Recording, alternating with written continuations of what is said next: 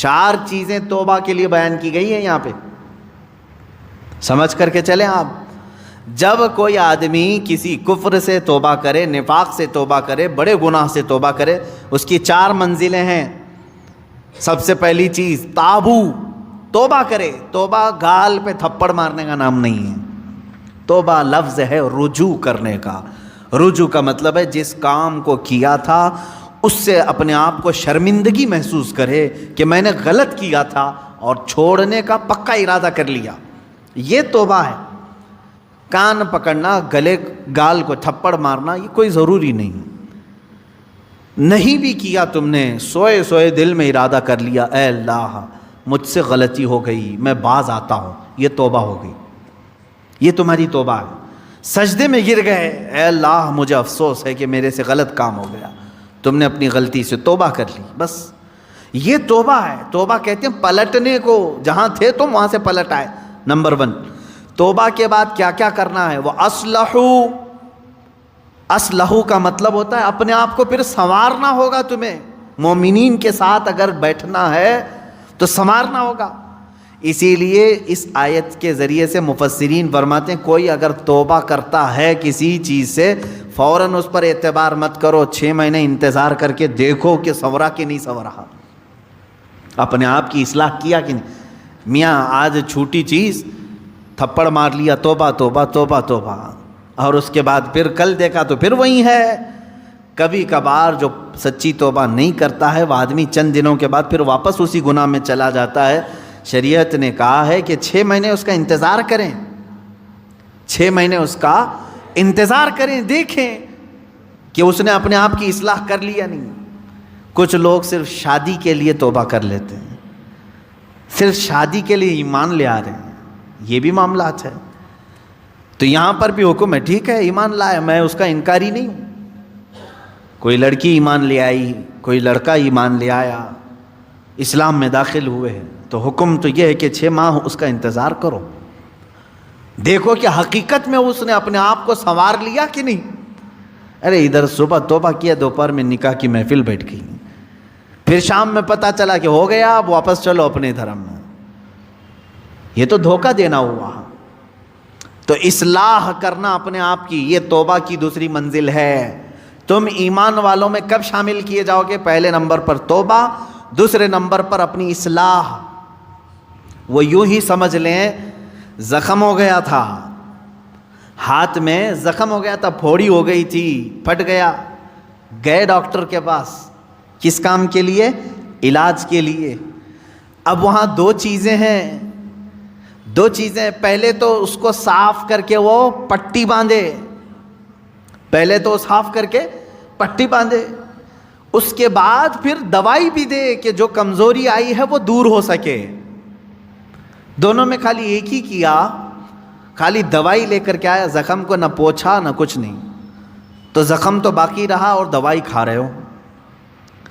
یا زخم کو تم نے سب پوچھ دیا لیکن دوائی کھائی نہیں، تو بھی چنگا ہونے میں، بھلا ہونے میں ٹائم لگتا ہے۔ اسی طرح سمجھ لیں کہ گناہوں سے توبہ کر لیا، پٹی باندھ لیا، اصلاح کرنے کے لیے نمازوں کی کثرت کرو، خیرات کی، یہ گولی کا کام کرے گی، تمہارے جسم کے اندر اصلاح پیدا ہو جائے گی۔ مثال کے طور پر اب دارالحرب ہے، ہمارے ہاں تو اسلامی نظام ہے نہیں، یہاں اگر جیسے بھیانک گناہ ہو جاتے ہیں تو کیا کرنا چاہیے اسے؟ جیسے زنا ہو گیا کسی سے، اسلامی ریاست ہوتی تو اسے تو سنسار کرنے کا حکم ہے نا۔ غیر شادی شدہ ہو تو 100 کوڑے مارے جائیں گے، شادی شدہ ہو تو سنسار کیا جائے گا، یہ اسلامی سزا ہے۔ یا چوری کیا ہے تو ہاتھ کاٹا جائے گا، یہ معاملات ہیں۔ لیکن آپ دارالحرب میں ہیں، یعنی یہاں اسلامی نظام نہیں، آپ سے ایسا گناہ سرزد ہوا تو اب کیا ہے؟ اس کے لیے اسلام نے یہ نظام رکھا ہے کہ تم سب سے پہلی چیز توبہ کرو، توبہ کرو، اس بھیانک گناہ سے توبہ کرو۔ دوسرے نمبر پر اللہ نے فرمایا وَأَصْلَحُوا، اور اپنی اصلاح کرو۔ اصلاح کس بات پر؟ پہلے سے زیادہ نمازوں میں آؤ، نفل کی کثرت کرنے لگ جاؤ، خیرات کرو، صدقہ دو، محفلوں میں بیٹھو، تسبیح ہاتھ میں لے لو، کیونکہ جو ڈیمیج کیا تم نے اپنی روح کو، اس کو اتنا بینڈیج تو لگانا ہی پڑے گا، اس کی اصلاح تو ضروری ہے۔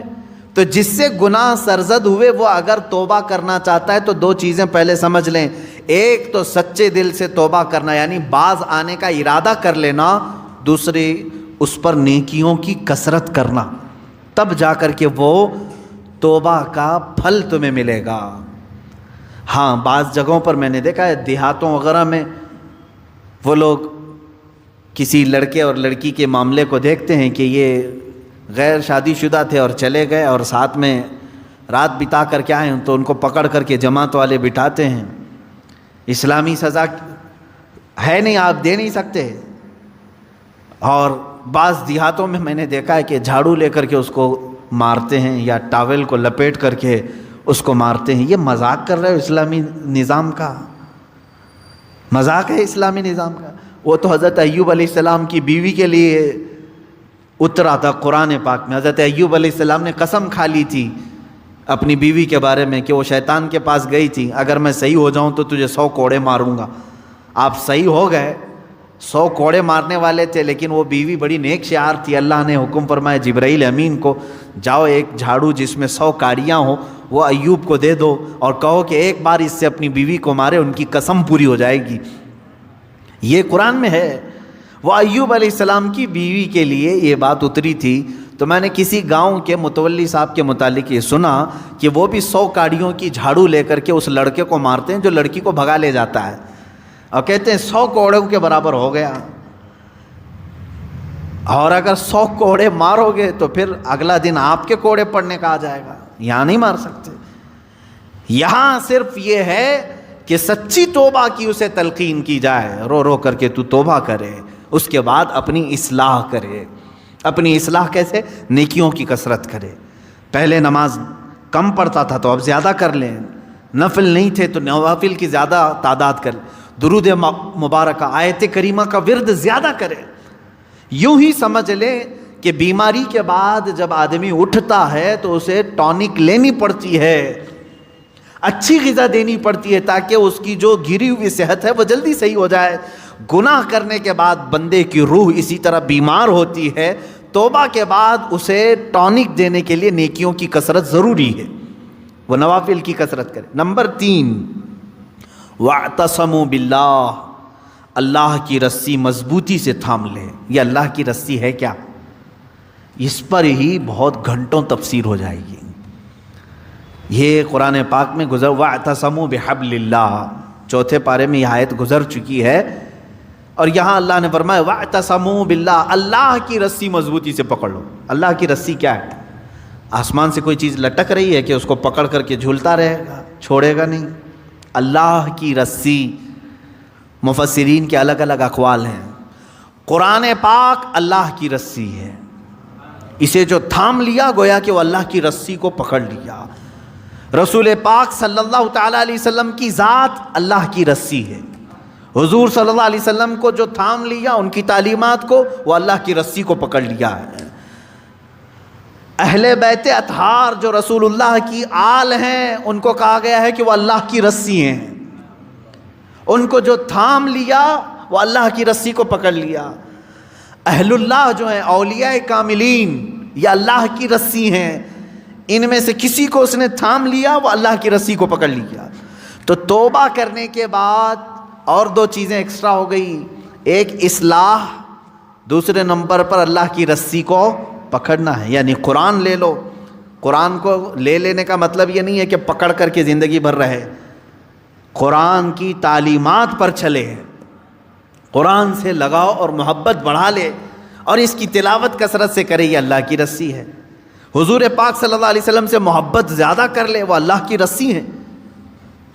اور یہ ایک بات یاد رکھیں، میں آپ سے کہتا ہوں، یہاں میرے پاس ایک رسی ہے، ایک اس کا سرا، ایک کونا میرے پاس ہے، ایک باہر، اور آپ نے اس رسی کو پکڑ لیا، اور جب میں رسی کھینچوں تو سیدھے آپ کس کے پاس آئیں گے؟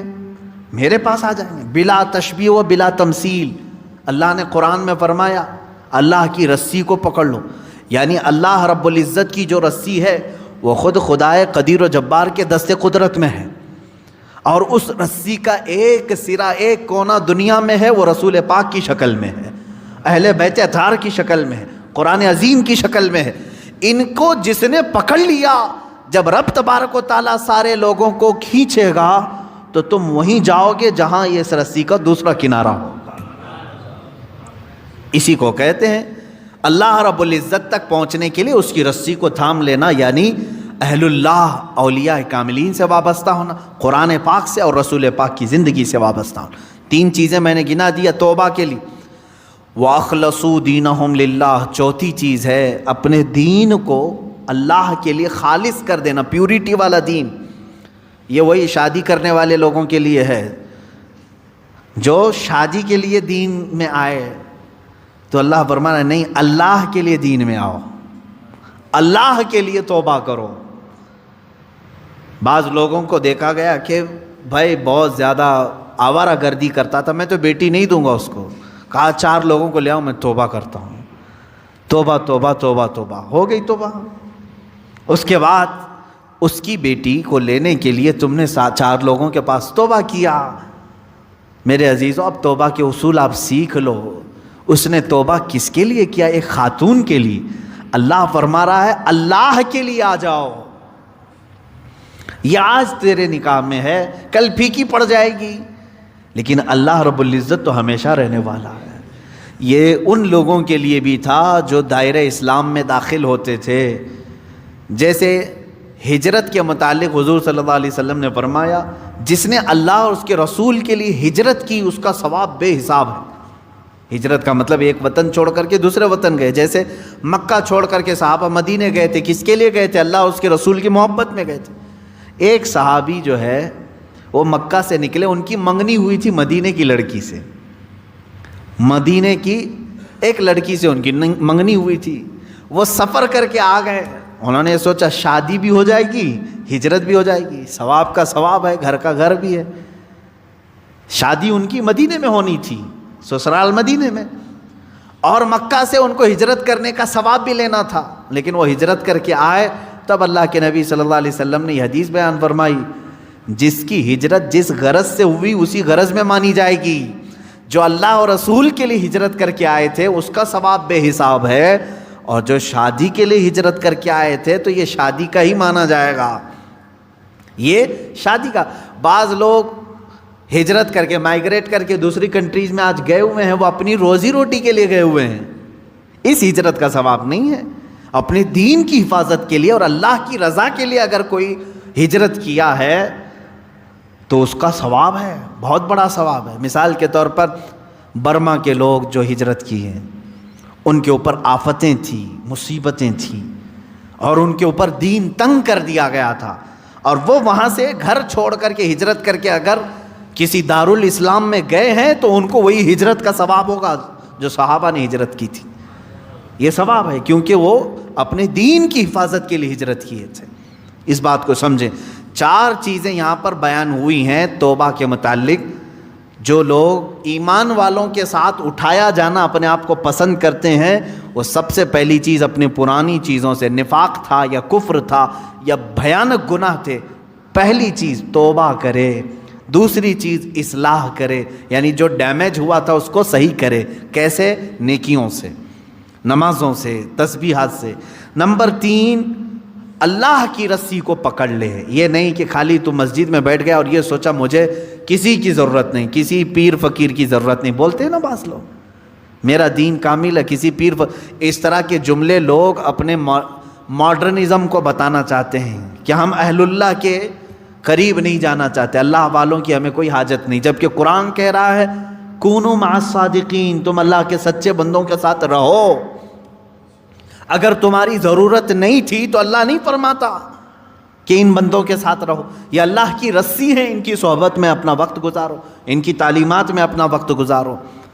نمبر 4 ہے اپنے دین کو خالص کر لینا، پیورٹی، یعنی توبہ کیا ہے تو کسی دنیاوی غرض سے نہیں بلکہ اللہ کو راضی کرنے کے لیے۔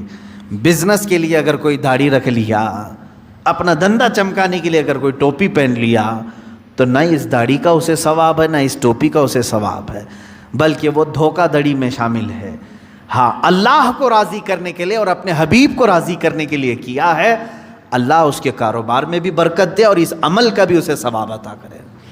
یہ 4 چیزیں ہیں۔ آگے اللہ تعالیٰ فرماتا ہے سوف یؤتی اللہ المؤمنین اجرا عظیما، ان قریب اللہ مسلمانوں کو بڑا ثواب دے گا، ایمان والوں کو بڑا ثواب دے گا۔